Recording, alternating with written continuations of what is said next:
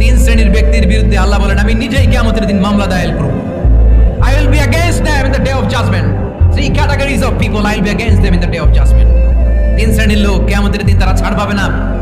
আল্লাহ বলেন আমি নিজেই তাদের বিরুদ্ধে মামলা দায়ের করব। এর মধ্যে এক শ্রেণীর লোক হচ্ছে রাজুলুন ইস্তাআজারা জিরান ফাস্তাউফা মিনহু ওয়া লাম ইয়াতি আজরা। একজন শ্রমিক ভাড়া করে তার কাছ থেকে কাজ নিয়েছে কিন্তু তার পারিশ্রমিক আদায় করে নাই। এরকম আছে না নাই?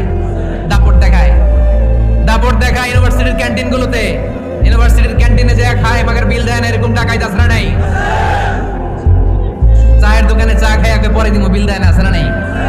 দোকানে যে পণ্য কিনে বিল দেয় না পরে দিমো, আছে না নাই? কিয়ামতের দিন আল্লাহ তোর এই মাস্তানি ছুটাবে, চিল্লা এখন ঠিক কিনা? আনা খাসমুহুম, আমি নিজেই তাদের বিরুদ্ধে মামলা দায়ের করব। কথাটা কার? এজন্য বিশ্বনবী বললেন খবরদার, মেহনতি মানুষ, খেটে খাওয়া মানুষ, এদের দোয়া কবুল হয়ে যায়। আ'তুল আজীরা আজরাহু ক্বাবলা আন ইয়াজিফা আরাকুহু। খবরদার, বিশ্বনবী বললেন শ্রমিকের ঘাম শুকিয়ে যাওয়ার আগে তাদের পারিশ্রমিক মিটিয়ে দাও।